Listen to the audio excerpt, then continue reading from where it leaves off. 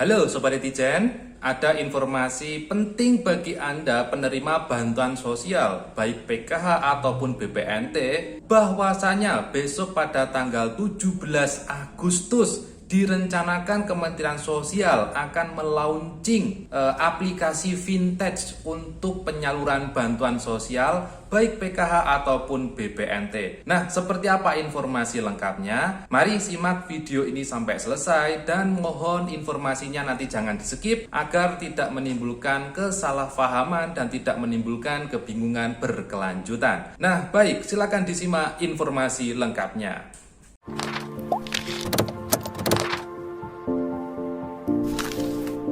Assalamualaikum warahmatullahi wabarakatuh. Salam sejahtera bagi kita semuanya. Senang sekali saya Haris bisa bertemu lagi dengan Anda semua. Pastinya masih seputar informasi bantuan sosial. Nah, kali ini saya ada informasi dari website pkh.kemensos.go.id. Nah, sebelum saya melanjutkan informasinya, bagi Anda yang selalu senantiasa menyimak informasi di channel Haris Vlog, saya doakan semoga tetap diberi kesehatan, dilancarkan rezekinya, dipermudah segala urusannya, dan tentunya semoga semuanya semakin sukses. Langsung saja kita masuk ke dalam topik pembahasan kita kali ini.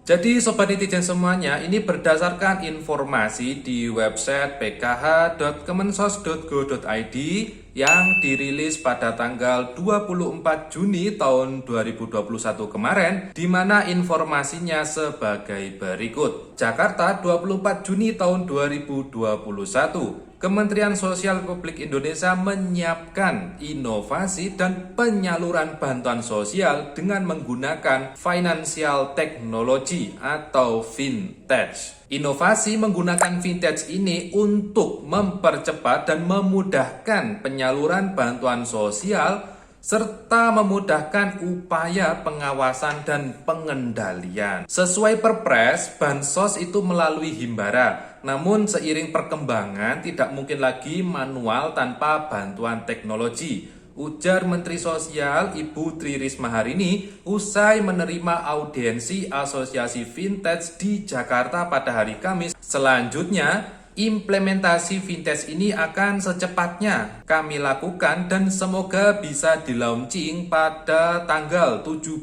Agustus ini, pungkas Ibu Menteri. Turut hadir juga di acara tersebut Dirjen Perlindungan dan Jaminan Sosial Bapak Pepen Nazarudin. Berikutnya juga ada Dirjen Penanganan Fakir Miskin Bapak Asep Sasa Purnama, Ketua Umum Aftek juga ada Pandu Syahrir, CEO Very Jelas, ada Alvin Kemas, dan Ketua Harian Vintage Ibu Mary Simorangkir.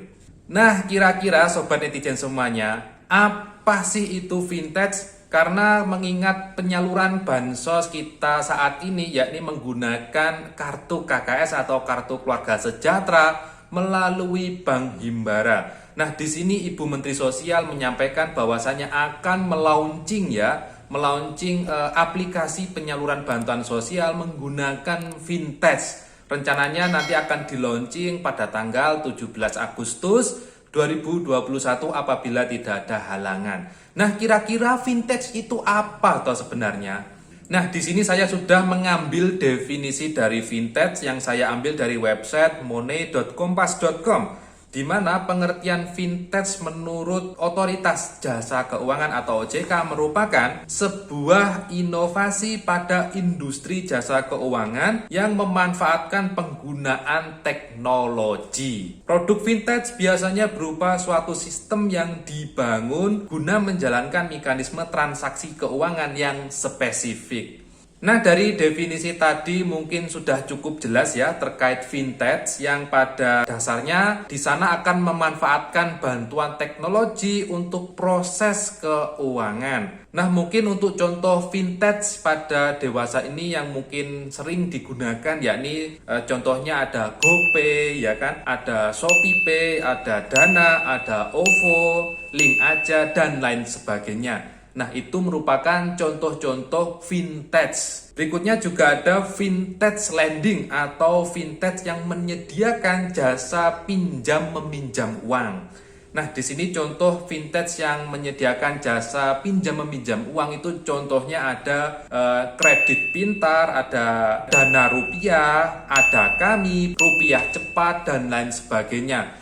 Ada banyak sekali contoh fintech yang sekarang beredar di masyarakat. Bisa menggunakan baik aplikasi Android, ada yang menggunakan website dan lain sebagainya. Namun di sini perlu menjadi perhatian ya, apabila kita menggunakan aplikasi fintech, usahakan menggunakan aplikasi yang sudah legal atau sudah terdaftar dalam OJK.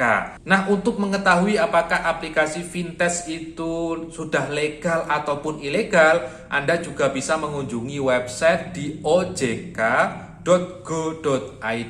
Di sana per 10 Juni tahun 2021 itu sudah ada 125 perusahaan fintech yang sudah legal. Bisa Anda cek di sana apa saja perusahaan-perusahaannya. Nah, jadi kesimpulan saya pada video saya kali ini, Kementerian Sosial berencana akan menyalurkan bantuan sosialnya menggunakan aplikasi fintech. Nah, aplikasi fintech ini rencananya akan di-launching yakni pada tanggal 17 Agustus tahun 2021. Nantinya apakah akan menggandeng perusahaan yang sudah ada ataupun akan membuat aplikasi baru? Nah, itu kami belum mendapatkan informasi lengkapnya.